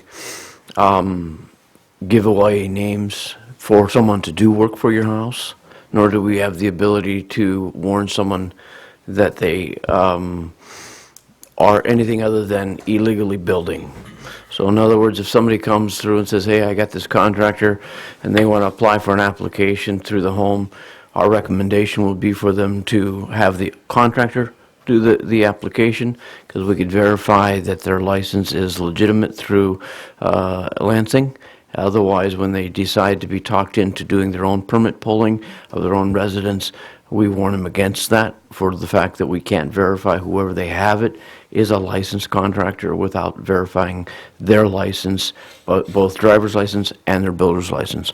So our guidelines are limited by law to not just be able to say, we don't like this person, we like this person, we don't like this person, we don't like this person. So basically, we tell them if they're licensed or not, we can tell them. Right, and if they don't ask us, we're not going to go looking for them, because they could actually go to LARA themselves and find out if the contractor is currently actively licensed, and does he have any penalties or filings against his license in the last 3 to 5 years. So they could do that research themselves. Most people don't. They're often told by somebody, hey, I'll do the work. Since you can pull your own permit, I can do the work. Don't worry, I'll do it by code. They don't usually. The homeowner becomes liable because they were the ones who pulled the permit. Is it legal for us to tell people about that site when they come into the office? Oh, yes, by all means. Okay, thank you. That's all for tonight, Your Honor. Thank you, sir. Councilman Kelsey. Yes, I got a few things tonight, if you indulge me here. One of them is we have the community forum that the mayor talked about that's going to be at the high school cafeteria on the excuse me, on the 27th of January at 6:30. The reason this come about, like I said before, and I'll repeat it because it's worth repeating, is the mayor and the past city manager and Kara Hildebrandt got together about the issue of resources and people. Too many times we go out in the community, and especially I do, I hear about all these resources and nobody comes and they don't understand, and I'm going, well, every time I see somebody, they want something. And this goes on with, fraternal organizations and so on and so forth. So the idea is try to get together, to have a meeting, have some people there that do these jobs, these separate, if you want to call it services, be able to communicate to the audience that's there. Some people don't feel comfortable going into a business or to a location. They can go to a high school and feel a little bit more comfortable because their kids might go there, so they feel more comfortable going there. And the idea was to match those up, and also the providers would be able to intermingle to what they provide and what the other provider doesn't provide, and then put a list together to get that going, to find out an easy reference for if they come to the one organization, they don't have the ability, the other organization does, and they can refer them with a current number and a current person and somebody to talk to. So I would encourage everybody to come down. I would encourage all the service providers or the fraternal organizations to show up. You're more than welcome. The other issue, or issues I got is, excuse me, tomorrow at 10 o'clock, we have a pension meeting. I think past council member Darzinski was talking about it. We have that at 10 a.m. I know that's kind of inconvenient, but that's when the officers and that represent the unions come here, because that's the time they get a chance to come and at this council chamber to have their meetings. I know a lot of people aren't all working, so there's some people that are retired. You're more than welcome to come down to the audience. As a matter of fact, it's usually vacant in the audience, so you're more than welcome to come down and listen and make your comments underneath the public comment. I would encourage that, to learn more about the pension fund and where it's at and what it does.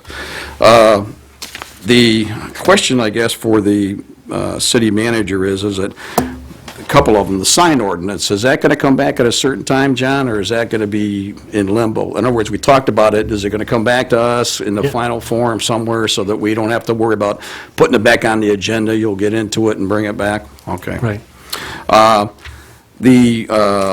Found out talking to a person when I was getting my hair cut, which I know it looks nice, thank you, is that she was telling me that the pool in Melvindale was shut down all last year, and yet we have an arrangement for the Compler made that we could use their pool and they would pay, residents would pay the same rate as them. I never got a notice that the pool was shut down for financial reasons last year. So I would appreciate our counterpart in Melvindale if you could call and ask them, would they please tell us if there's a problem, because we're telling people that we have it and we don't know. I'm assuming it's going on. So point of information I ran into, because when I'm telling her, she's telling me, I live there and I work for the city. No, that's not happening. So I was surprised. So the other issue is lighting for City Hall. How are we doing on that? I understand we've got some figures in that, and we're going to make it real nice like the library so we don't feel like the stepchildren. Well, I'm glad you brought it up. The DPS director and I have been talking about what I'll call security lighting, for lack of better words, or lighting up the parking lot area, what I refer to as the north side of the building, as well as the back side of the building, the west side of the building facing toward the fire hall. I've been informed that there's some DDA effort that's going to go on regarding on Southfield Road, and but John and I have been discussing that, and we're looking at trying to, for lack of better words, coordinate what they're doing and what we should perhaps will install on the east. No, that would be the north and west sides of City Hall, so that they tie together and match. One of the suggestions was that the lighting on City Hall should match the lighting on the library, right. And that would kind of make some sense. Like, right. You know, your suit and your tie should kind of coordinate and all that kind of thing.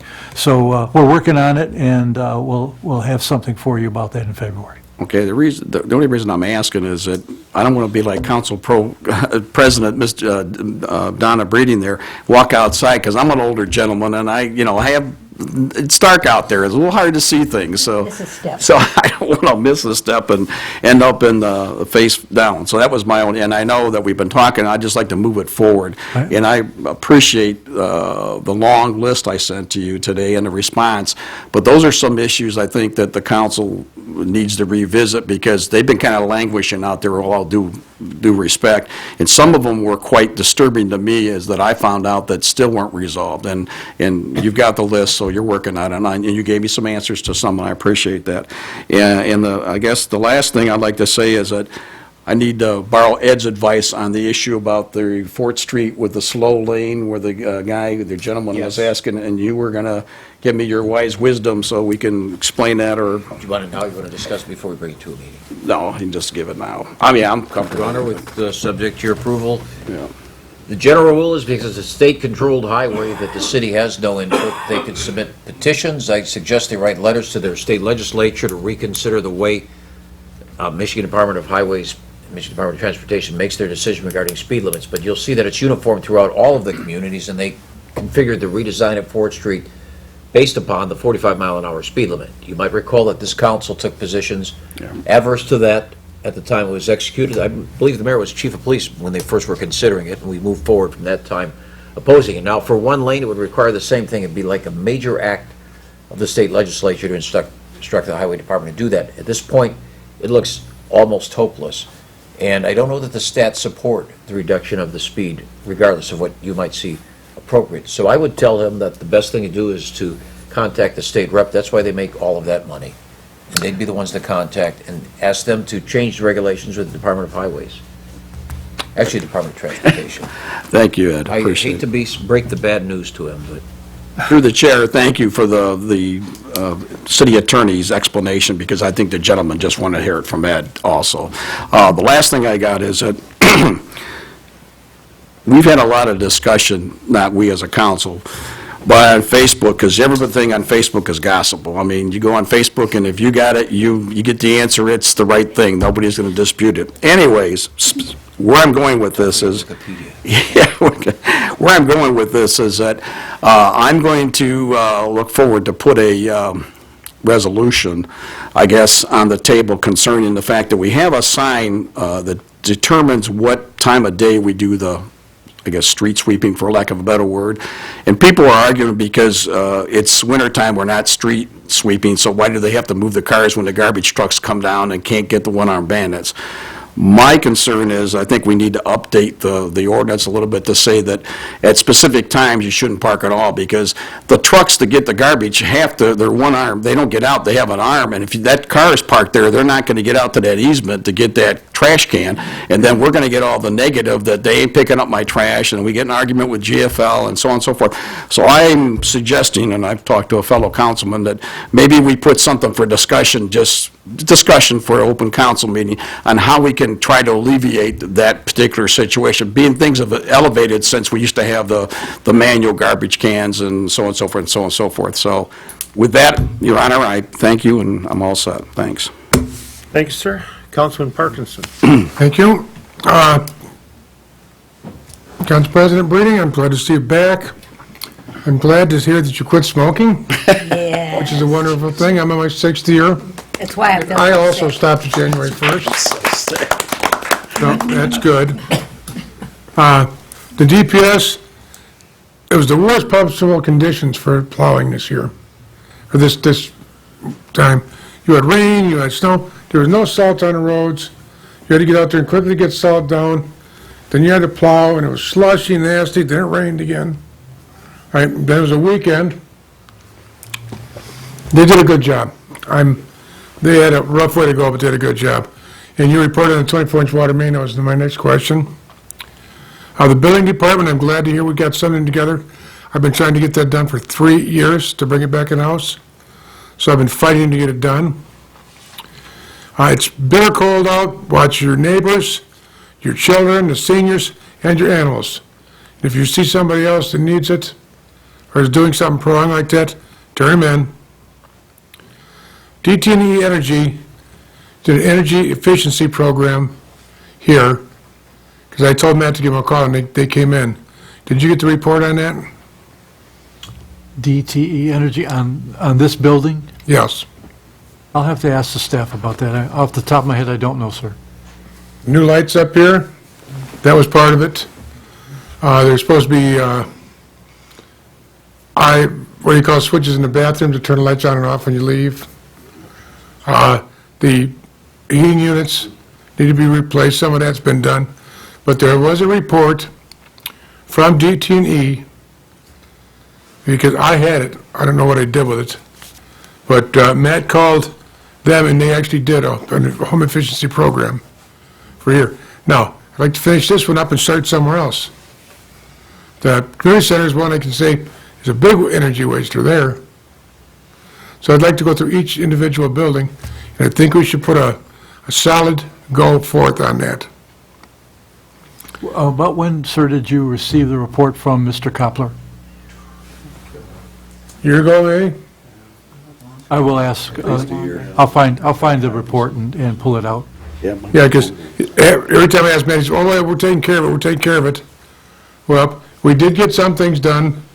Let's see, look, see all the clean tiles up there? There used to be lights. I think there's 12 or 16 less lights in there than before, and we have more lighting than we ever did.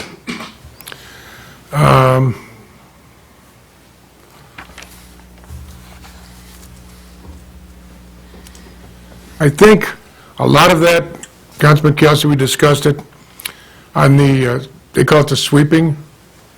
Well, it's more than sweeping, it's road maintenance. I think we need to really explain that to the people, that if you can't pick up the trash, some people just don't care. They park in front of people's trash cans just to be mean. I think we need to step up our enforcement of writing tickets, and allow people to be parking on streets if they get a $60 ticket. But they need to understand, we need to explain it to them, that this is a maintenance program, not a sweeping program. So they need to be gone for sweeping, for garbage pickup, and for street maintenance. And maybe they'll quit saying, well, I know sweepers aren't going around, so I don't have to move. Guess what? You're going to get a ticket. Because I'd like to see the enforcement stepped up just for the people. Because I've had a lot of people calling and complaining about it, that their trash didn't get picked up because their neighbor parks in front of us all the time. So, with that, I think that's it.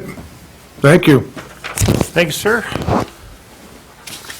I think that the street maintenance is done, and those signs are posted at the recommendation of the DPS director by ordinance, I believe. So anything that we do with that needs to be in coordination with our DPS director, Mr. Kazoo. I assume that he would be part of that anyway. Our city event coordinator, Maureen Tobin, has had what could only be considered an interesting year. Her sister-in-law had fallen before and was in a coma for a period of time and then recovered, but unfortunately she has now passed.